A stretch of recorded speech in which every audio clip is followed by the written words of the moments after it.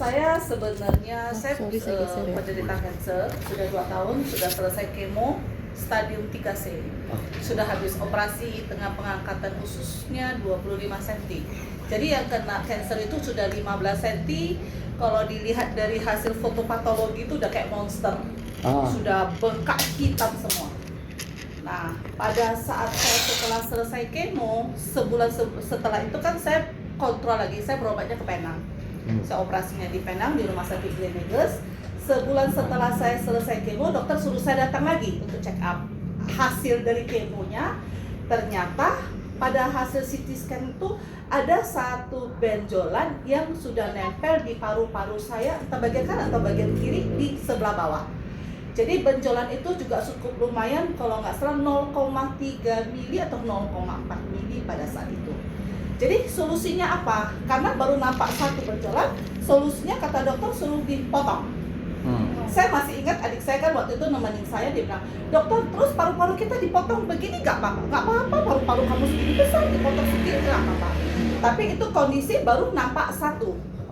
Nah, terus alternatif yang lain apa dokter? Sedangkan terus saya nanya ke dokter, saya baru 1 bulan selesai kemo, emangnya saya sudah stadium 4. Namanya orang kanker kan paling takut kan kalau udah stadium 3C mau ke stadium 4 kan sudah dekat. Dokter bilang ini belum masuk stadium 4. Tapi untuk memastikan hasil pastinya PET scan. Nah, diaturlah jadwal PET scan, bulan depannya saya datang lagi ke Penang untuk PET scan. Menunggu hasil PET scan seminggu udah stres aja tuh mikirin hasil kan. Nah, setelah 1 minggu keluar hasil PET scan, baca dokter lagi, kata dokter, ini mau bersih hasil PET scan. Nah, kalau hasil PET scan bersih, ngapain saya harus operasi? Karena yang operasi kan dokter bedah torak kan, itu harus dibuka loh tulang dada.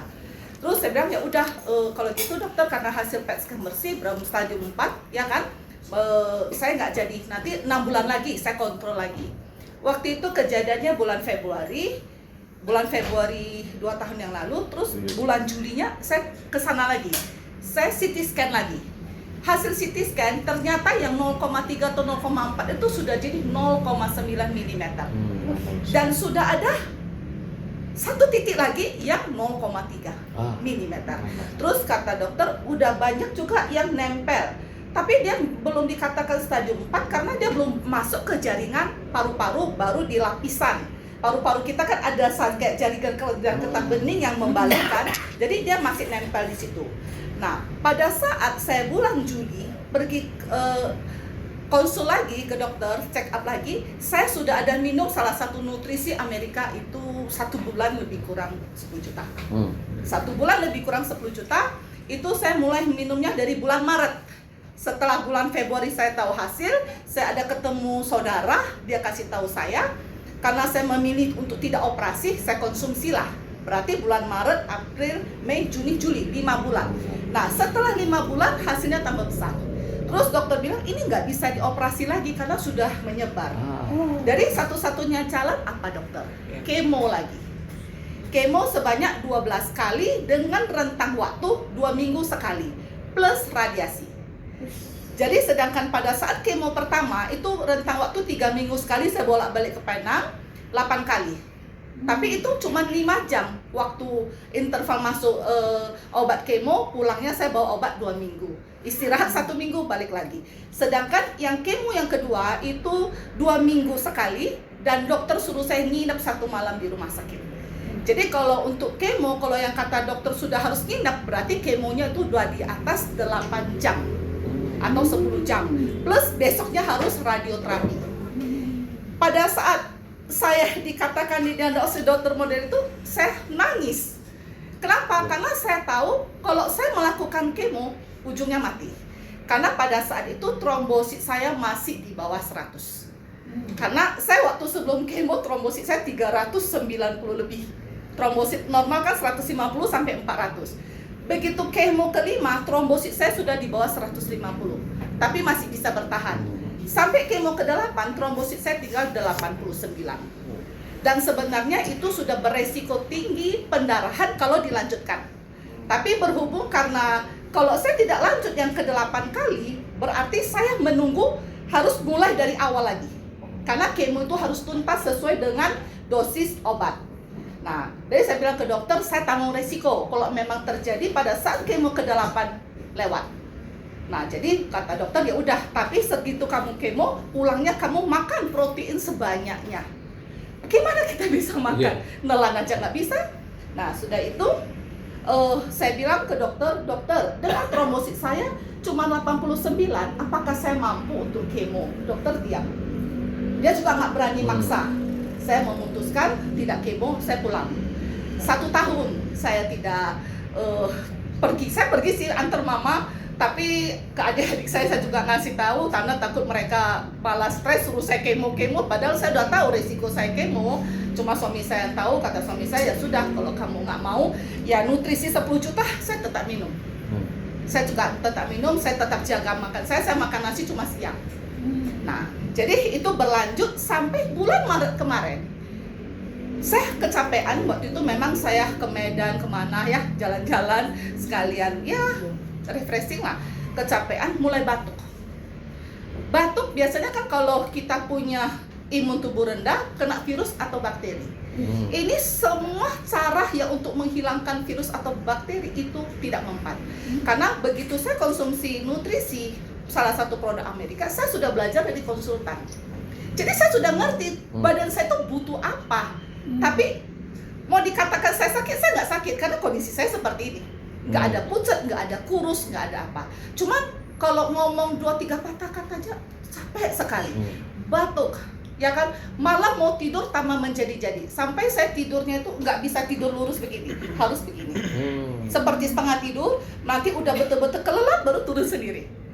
Ya, jadi itu dari bulan Maret, April, Mei. Saya bilang, aduh, batuk kok menjadi-jadi ya, tuh gimana caranya? Saya bilang, bukannya tambah sembuh ya. Terus kata suami saya, ya udah, kamu seperti biasa minum aja, minum air yang banyak, jangan capek, cepat istirahat. Hari kelima, saya biasanya kalau udah nggak bisa tidur, kalau batuk kan, saya bersandar kan ketiduran, kecapean, tapi malam nggak pernah bangun lagi, sampai besok pagi bangun baru batuk lagi, keluarin dahak. Tapi dahaknya biasanya nggak ada, cuma busa-busa gitu aja, nggak ada kayak dahak hijau lah, kuning, nggak ada. Nah, hari kelima saya batuk tengah malam, saya kebangun 2 jam saya tidur, kebangun batuk sampai nggak tahan, sakit ini semua. Sampai saya bilang ke suami, aduh, pijitin badanku lah, aku nggak bisa tidur lagi kak, udah agak enakan. 2 jam batuk lagi seharian. Itu hari kelima. Sampai saya bilang, ih gila ya, apa karena NQ ya, biasanya nggak pernah begitu batuknya. Saya bilang. Terus kata suami saya, udahlah minum aja lah, ya kan, toh biasanya juga begitu. Nah, hari ke-6 saya minum tengah malam jam 2, batuk saya setengah mati. Sampai gini-gini saya batuk. Terus kayaknya terasa mau dimuntahin. Jadi saya cepat ambil tisu di samping, karena saya sering batuk kan, di samping tempat tidur saya kan ada tisu kan. Saya langsung ambil tisu, saya tampung pakai tisu. Kaget saya. Ada daging di dalam bungkahan darah itu. Saya bilang ke suami, dapat lihat ini saya muntah darah, saya bilang. Bagi orang yang nggak ngerti mungkin udah pasti lari ke rumah sakit ya. Tapi saya masih bisa panggil suami saya, ini ada darah apa dia, darah apa? Udah lihat. Terus kok kayaknya ada dagingnya. Kata suami saya, bukan daging kali, mungkin karena gumpalan darah kotor katanya gitu. Ya udahlah, buang aja lah. Saya buang ke tempat sampah yang ada di kamar kan. Udah tuh nggak bisa tidur. Minum air, batuk lagi, keluar darah lagi. Tapi darah itu udah bercampur kayak dahak, kayak nanah gitu loh, yang kuning-kuning gitu. Ada 3 jam, sampai jam 5 pagi baru reda, bersih, keluar dahaknya itu udah bersih, ada percikan darah sedikit, itu saya tidur.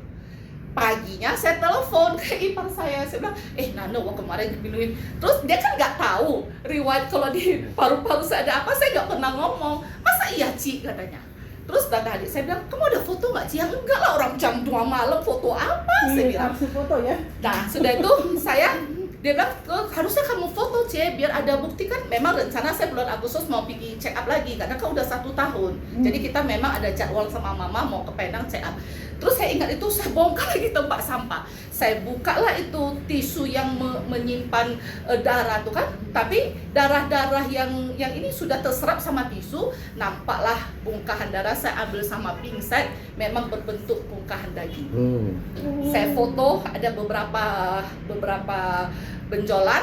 Saya ukur pakai penggaris. Saya kan ingat dokter waktu bilang bulan Juli tahun kemarin itu 0,9 mili kan. Saya ukur pakai penggaris itu ada 1 senti lebih. Berarti pada saat saya mulai batuk itu dia sudah mulai pembesaran.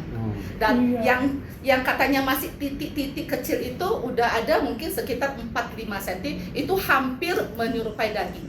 Terus ada beberapa titik lagi yang kecil itu seperti kelenjar getah bening tapi dia keras, warnanya bening. Dan itu masih banyak kecil-kecil tapi nggak bisa diambil lagi karena sudah lengket sama darah. Nah 3 hari sudah, tapi saya tetap minum L-Cure. 3 hari sudah itu keluar lagi satu bongkahan agak gede juga, tapi masih belum berbentuk daging. Dari batuk lagi keluar lagi berarti? Keluar lagi, 3 hari setelah itu keluar lagi.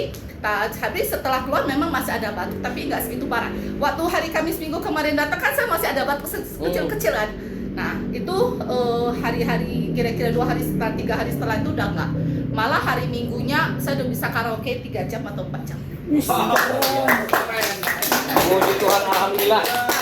Justru itu makanya saya keingat ada saudara dari suami, adik daripada ibu ini. Pada saat saya berobat ke Malaysia, ke Penang, kan dia tinggalnya di Penang. Dia pernah cerita dia punya tumor di kepala. Saya kan mau berangkat nih, saya keingat mau kasih dia, tapi saya takut karena dia tumornya kan di kepala kan.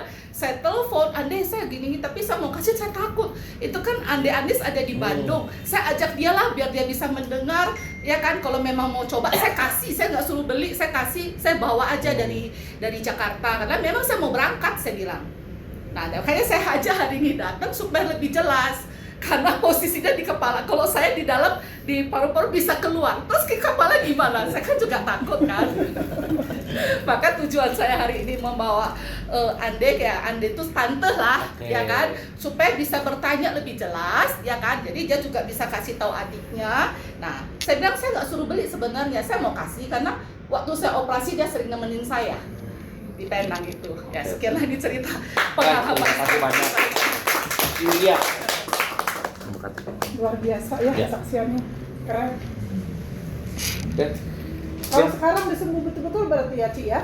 Kan saya udah ngomong segitu panjang kan nggak ada batuk Berarti kan? ya nggak ada batuk, nggak ada ini ya, betul. Ya. Tuhan, alhamdulillah. Ya. Makanya kemarin kan Pak Indra sedang nanya saya, Bu Ida serius menjalankan bisnis Bima. Sebenarnya tadinya tujuan saya menjalankan bisnis itu di Betaninya, bukan di L-Cure-nya. Jadi kalau L-Cure-nya itu saya lebih ke sisi sosialnya aja. Ya istilahnya kalau bisa saya bantu kasih informasi orang, ya kalau nggak mampu pun saya kasih, nggak masalah karena masih mampu saya kasih. Ya. Gitu loh. Aku bilang kayak gitu bukan apa-apa. Soalnya posting melulu tiap hari. Siapa? Kalau nggak salah Pak Wida dari Koyahanes posting tiap hari, makanya bilang ini serius Bu. Ya udah saya masukin ke grup nasional jadinya. Iya. Luar biasa. Terima kasih.